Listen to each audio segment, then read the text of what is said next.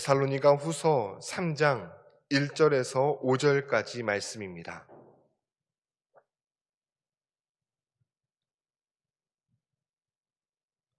우리 함께 데살로니가 후서 3장 1절에서 5절까지의 말씀을 봉독하겠습니다.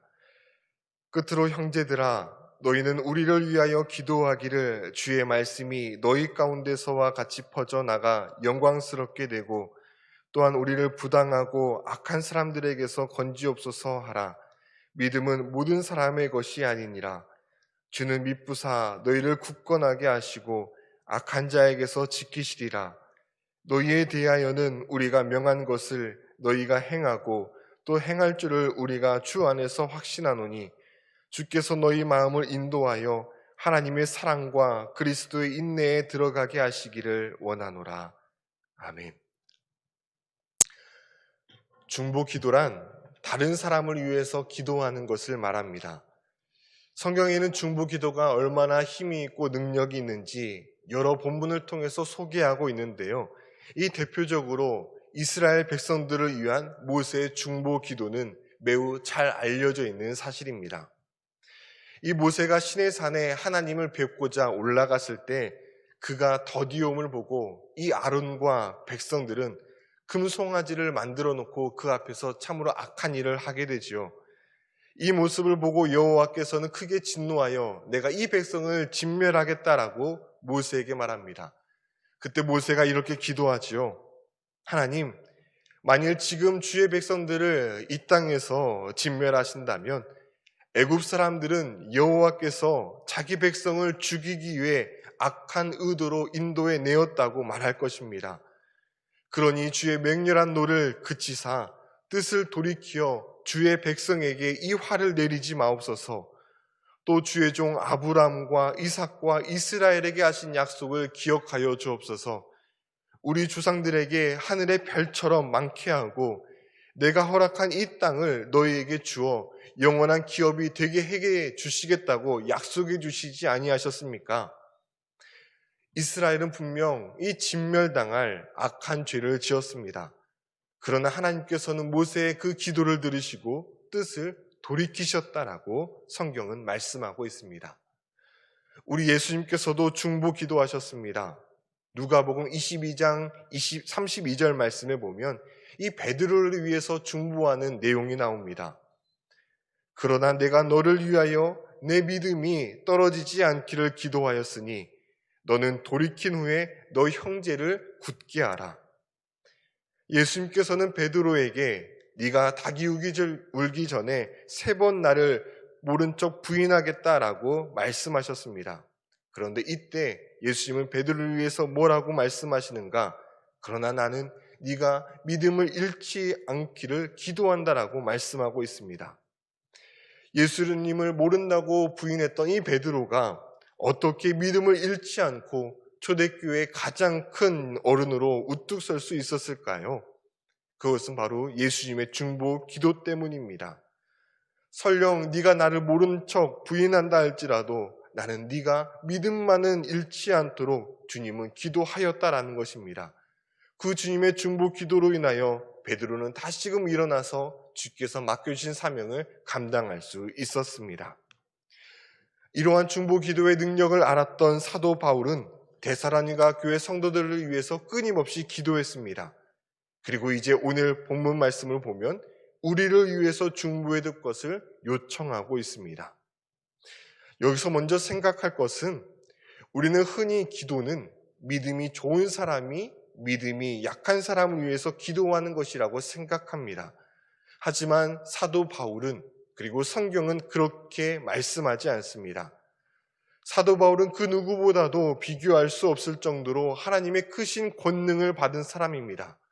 이 반면 데살로니가 교회 성도들은 어떻습니까?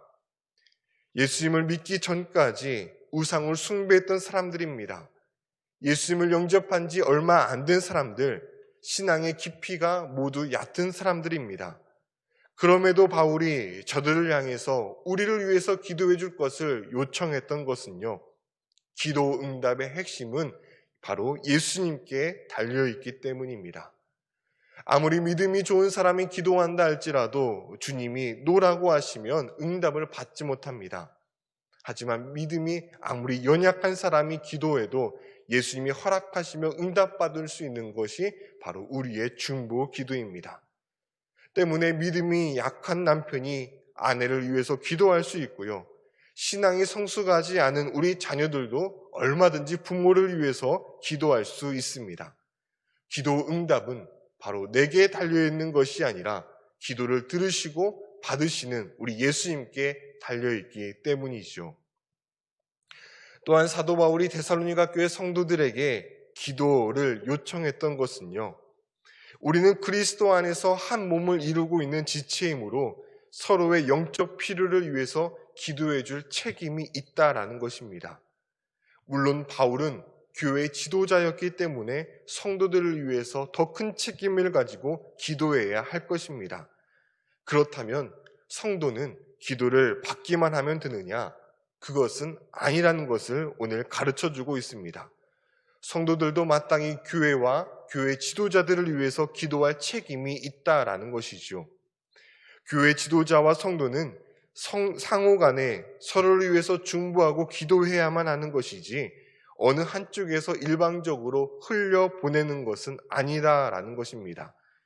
교회 지도자이든 평신도이든 모두 주님 안에서 한 몸을 이루고 있는 지체이기 때문에 서로를 위해서 기도하고 영적으로 돌봐주는 것이 마땅하다고 성경은 말씀하고 있습니다.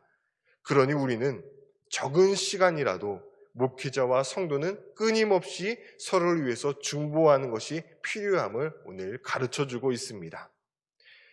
이어서 마지막으로 바울이 중보 기도를 요청한 것은요, 우리의 선교 사역은 오로지 하나님의 도우심이 있어야만 가능하다고 믿었기 때문입니다. 바울은 하나님의 도움이 없이는 자신들은 결코 주께서 맡겨주신 일을 감당할 수 없었다라고 고백하고 있습니다. 우리는 스스로의 능력과 힘으로는 우리에게 맡겨진 사명을 감당할 수 없으니 교회 성도들이요, 우리를 위해서 각별하게 기도해 줄 것을 요청했던 것이지요. 자, 그렇다면 사도 바울은 무엇을 위해서 기도해 달라고 요청했던 것일까요? 오늘 1절 말씀을 보면 복음을 위해서 기도해 줄 것을 요청했다라는 것입니다. 주의 말씀이 너희 가운데서와 같이 퍼져 나가 영광스럽게 되고, 바울이라고 늘 건강했을까요? 삶에 어려움이 없었을까요? 먹을 것과 입을 것이 충분했을까요? 그렇지 않습니다.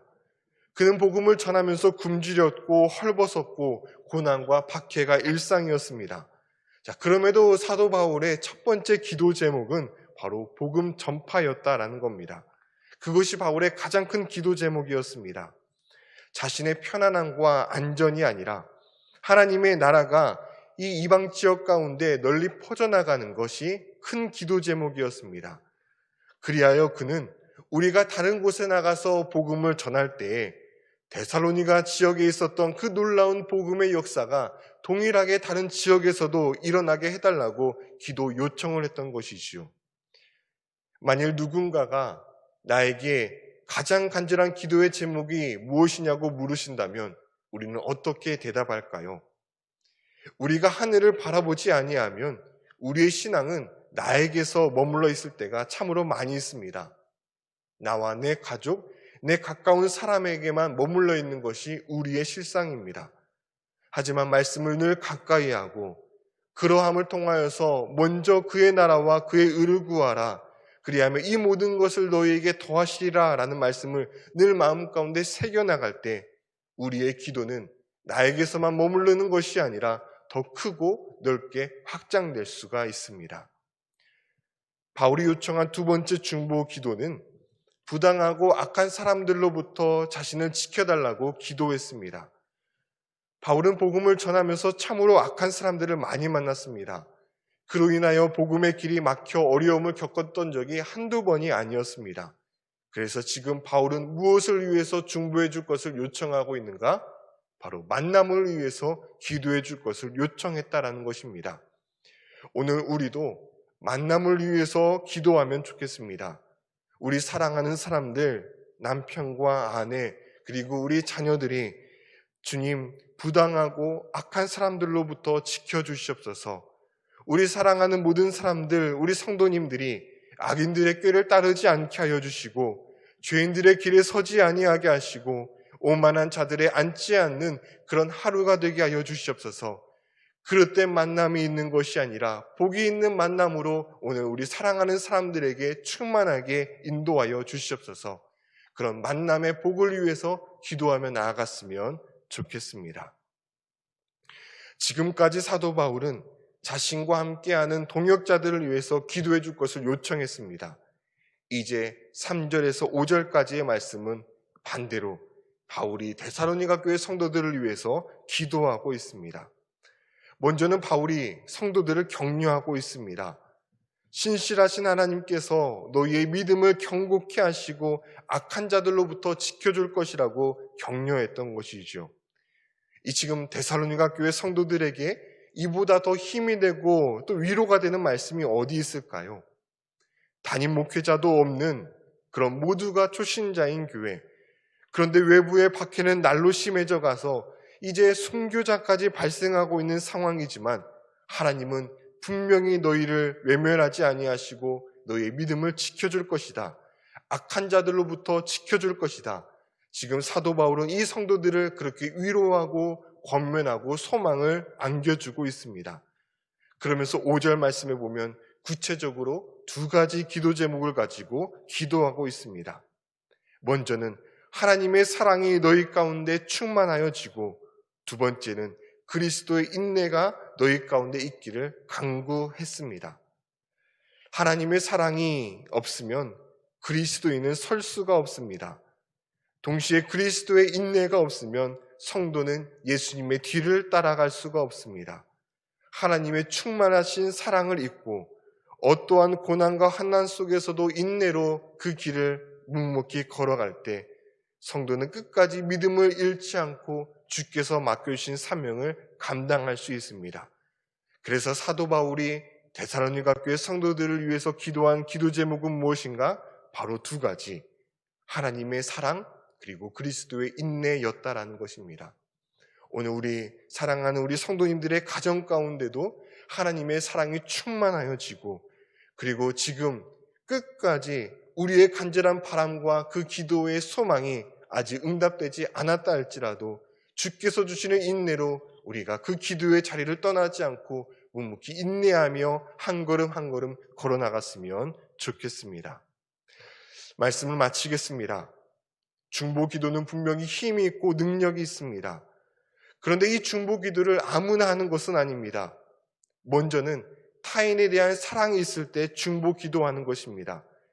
내게 사랑이 있는가 확인하고 싶으면 나는 지금 다른 사람을 위해서 중보 기도하고 있는가?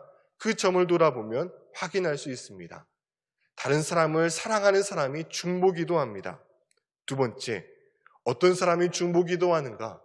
중보 기도에 대한 그러한 능력을 믿는 사람이 기도한다라는 것입니다.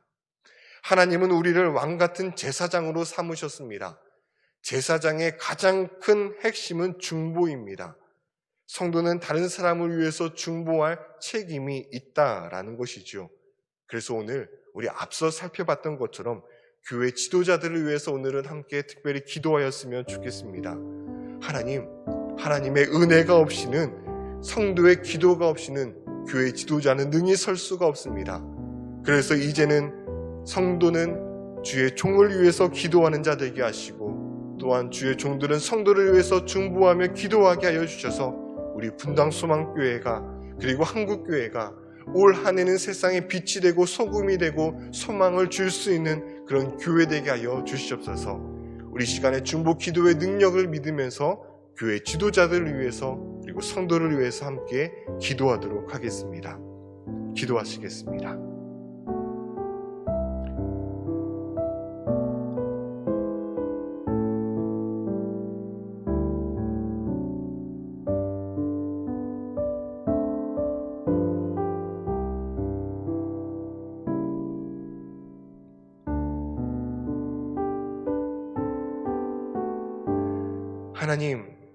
하나님께서는 저희에게 왕같은 제사장이라는 직분을 허락하여 주셨습니다.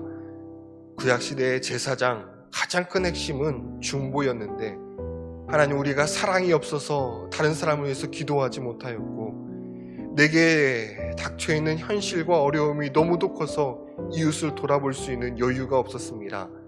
하나님, 중보 기도에 대한 능력에 대한 믿음도 부족했습니다. 이제 말씀을 통하여 새롭게 깨닫게 하여 주셨으니 주님, 저에게 사랑을 주시고 믿음을 더하여 주셔서 이제 우리가 나 자신만을 위해서 기도하는 그러한 모습, 그 모습에서 벗어나 타인을 위해서 기도하고 먼저 그의 나라와 그의 의를 위해서 기도할 수 있는 저희가 되게 하여 주시옵소서. 그리하여 우리의 기도로 말미암아 하나님의 나라가 점점 더 확장되어 나갈 수 있도록 주님, 저희의 기도를 사용하여 주시옵소서. 예수 그리스도의 이름으로 기도드립니다. 아멘. 주님이 가르쳐주신 기도를 함께 드리겠습니다. 하늘에 계신 우리 아버지, 아버지의 이름을 거룩하게 하시며 아버지의 나라가 오게 하시며 아버지의 뜻이 하늘에서와 같이 땅에서도 이루어지게 하소서. 오늘 우리에게 일용할 양식을 주시고 우리가 우리에게 잘못한 사람을 용서하여 준 것 같이 우리의 죄를 용서하여 주시고 우리를 시험에 빠지지 않게 하시고 악에서 구하소서. 나라와 권능과 영광이 영원히 아버지의 것입니다. 아멘.